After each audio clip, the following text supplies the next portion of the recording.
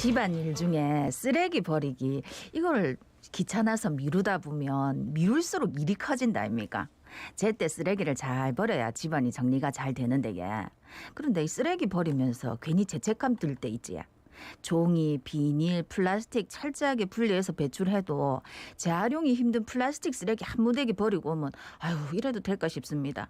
지구가 걱정되고 플라스틱 쓰레기 문제 얼마나 심각한지 대책은 있는지 오늘 이야기 한번 나눠볼게요. 예, 부산 자원순환시민센터의 김추종 대표 전화 연결돼 있습니다. 대표님 안녕하십니까? 안녕하십니까? 네, 안녕하십니까. 반갑습니다. 대표님하고 이 문제 관련해서는 정말 끊임없이 화두를 던지는데도 이 좀처럼 나아질 기미를 안 보이는 게 역시 코로나19라는 이 엄중한 상황 때문인 것 같아요. 예. 이제 구체적으로 계속 지금 늘고 있는데 뭐 얼마나 늘어난 겁니까? 뭐 조금씩 늘어난 추세였다고 하지만 작년으로 보면 이제 코로나19 영향으로 해가지고 플라스틱 쓰레기가 한 지자체나 환경부 발표에 한 15%에서 20% 정도 이상은 늘었다고 이렇게 나오거든요. 그러니까 예. 이게 딱 들으시는 분들은 뭐 그 정도라고 생각하지만 사실은 쓰레기 느는 양이 이렇게 한꺼번에 확 늘기 힘듭니다. 근데 이제 코로나 대표적으로 뭐 택배라든지 배달 음식 그 다 이제 플라스틱에 많이 담겨오니까 그게 벌써 작년에만 15% 20% 이상 늘어난 거죠. 그래서 많이 늘어난 겁니다. 실제로 보면. 네. 그러면 이 생활 쓰레기 중에서 플라스틱이 차지하는 비중은 어느 정도나 됩니까? 예, 뭐 비교해서 말씀드리면 음식물 쓰레기는 한 28에서 한 29% 정도, 그다음에 종이가 22%인데 지금 플라스틱도 벌써 한 20%까지 지금 비중을 차지하고 있거든요. 예. 예전에 비해서는 늘어나다 보니까 거의 이제 음식물, 종이와 비교해서 플라스틱 3대 품목이 들어갈 정도로 아주 뭐 비중이 많이 높아지고 있습니다. 20% 비중이 그럼 이전에는 뭐 예. 몇 퍼센트 정도로 봐야 되는 거였어요? 이전에는 뭐 한 10%대에 있다가 아. 이게 점점 우리가 사용하는 플라스틱 종류가 많아지고 예. 방금 말씀드린 코로나 때문에 택배나 이런 게 많다 보니까 점점 더 늘어나서 20%대까지 가고 있는 거죠. 예. 하여튼 이게 많이 늘어나서 문제인데 그러면 예. 폐플라스틱 처리하는 게 이게 쉽지가 않잖아요. 예. 예, 뭐 지구가 얼마 안 있어서 플라스틱으로 덮일 거다 뭐 이런 얘기도 있던데 어떻습니까? 뭐 재밌다기보다는 좀 그 씁쓸한 표현이 있는데 이 플라스틱은 만드는 데는 5초, 사용하는 데는 5분, 썩는 데는 500년이라는 표현이 있습니다. 그 말은 이제 꼭 500년 뒤에는 썩을 거라는 것이 아니라 그만큼 잘 썩지도 않고 자꾸 잘게 쪼개져가지고 오염물질을 배출한다는 뜻이거든요. 그래서 네네. 이게 뭐 좀 더 말씀드리면 토각을 해도 오염물질이 많이 나오고 그렇죠. 묻어도 잘 썩지도 않고 자꾸 잘게 쪼개져가지고 자꾸 뭐 토양이나 물이나 이거 오염시키니까 네, 예. 제대로 처리하기가 가장 어려운 쓰레기라고 보시면 될 것 같습니다. 플라스틱. 네. 아니 이제 이게 플라스틱 쓰레기 배출할 때 뭐 주의사항 이제 많이들 알고 계실 건데 내용물 비우고 이렇게 깨끗이 씻어가지고 말려서 배출해라. 뭐가 묻어 있으면 그냥 일반 쓰레기에 버려라. 이렇게 해가지고 잘 내놓는데도 이게 재활용 안 되는 플라스틱 쓰레기가 많다면서요. 예, 그렇죠. 사실 이전에는 뭐 분리 배출만 강조했는데 요즘은 이제 워낙 좀 분리 배출 방금 말씀하신 것처럼 그렇게 하면 더 잘 된다라고 이야기하는데 예. 실제로 이제 요즘 나오는 이야기를 들어보면 이제 그 우리 배출하시는 분들이 좀 배신감 느끼지도 모르겠지만 예를 들면 그런 게 있어요. 플라스틱 같은 게 복합 재질.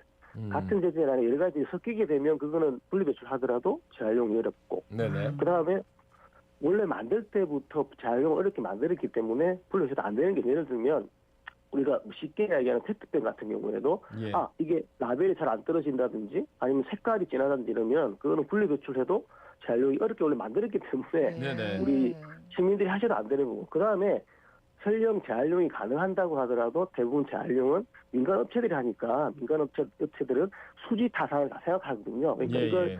재활용하더라도 수지가 안 맞으면 재활용 안 하는 거죠. 선별장에 쭉 간다고 하더라도 그냥 쓰레기로 빠져버리지 이거 재활용하겠다고 분리 다시 선별하지는 않는 이런 상황이 있기 때문에 방금 말씀드린 여러 가지 상황이 있기 때문에 죄송한 이야기지만 시민들이 분리 배출을 잘 하신다고 하더라도 예. 재활용을 하지 않는 혹은 못하는 이런 상황이 발생을 하고 있습니다. 그럼 만약에 재활용이 안 되면 그 쓰레기 다 어디 갑니까? 그냥 태워요? 예, 아니면 뭐 묻어요?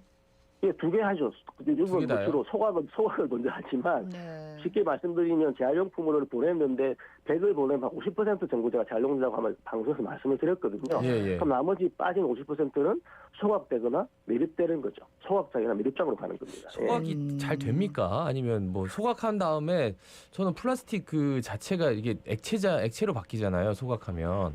예. 그러면 그거는 또 어떻게 되는 건지 그게 완벽하게 다 분해가 되는 건지 그런 생각이 어느 들어요. 분해가 되지 않죠. 뭐 소각할 때도 사실 오염물질이 나오는 게 사실이고, 네. 그다음에 아까 말씀드린 대로 땅에 묻는다고 하더라도 이게 썩어서 자연으로 빨리 돌아가지 않고 계속적으로 오염물질을 뿜고 잘게 쪼개지기 때문에 어쨌든 간에 플라스틱 같은 경우에는 재활용 하더라도 좀 뭐 오염물질이 나올 수밖에 없지만 그렇지 않고 소각하고 매립한다 그러면 계속적으로 환경에 영향을 미치면서 해결이 안 되는, 그러니까 쉽게 말하면 쓰레기라는 건 썩어서 자연으로 돌아가야 이제 우리 사회에 이렇게 돌아오는 건데 예. 플라스틱은 그게 너무 힘들다는 거죠. 안 되거나 힘들거나. 그렇기 때문에 이게 플라스틱 문제가 심각하기도 하고 그렇게 관심을 많이 가지고 줄여서 하는 게 좀 그런 데 있습니다. 예. 예, 그래가지고 요즘은 이제 이 분리 배출할 때 투명 페트병은 따로 이제 배출하게 한다 아닙니까? 예. 그러면 이 투명 페트병은 뭐 재활용이 가능한 겁니까? 재활용이 잘 되죠. 그래서 투명 페트병 같은 경우는 색깔도 없기 때문에 새로 가공하기도 좋고, 그다음에 여러 가지 예를 들면 페트병을 다시 만든다든지, 아니면 요즘 그 기사에 많이 나옵니다. 뭐 섬유, 의류를 만든다든지, 네네. 가방을 만든다든지 하기가 너무 용이하기 때문에 소위 말하는 플라스틱 중에서는 가장 이렇게 재활용하기가 편한 물질이거든요. 그렇기 때문에 사실 이전까지는 한국에서 나오는 투명 페트병이 많이 없어서 일본에서 수입을 했습니다. 예.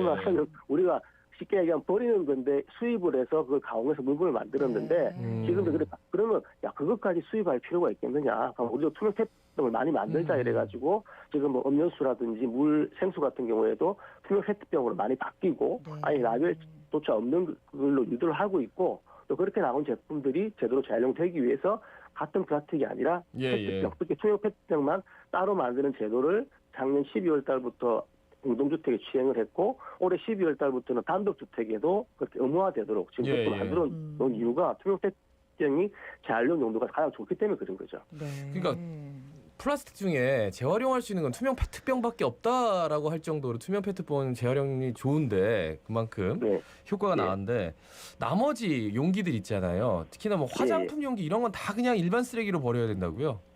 그렇죠. 화장품 용기 같은 경우에는 뭐 요 근래 이슈가 돼서 많이 보셨겠지만 90% 정도가 재활용이 어렵습니다. 재활용이 어려우면 쉽게 말씀드리면 아까 말씀드린 소각이나 매립으로 가는 거고요.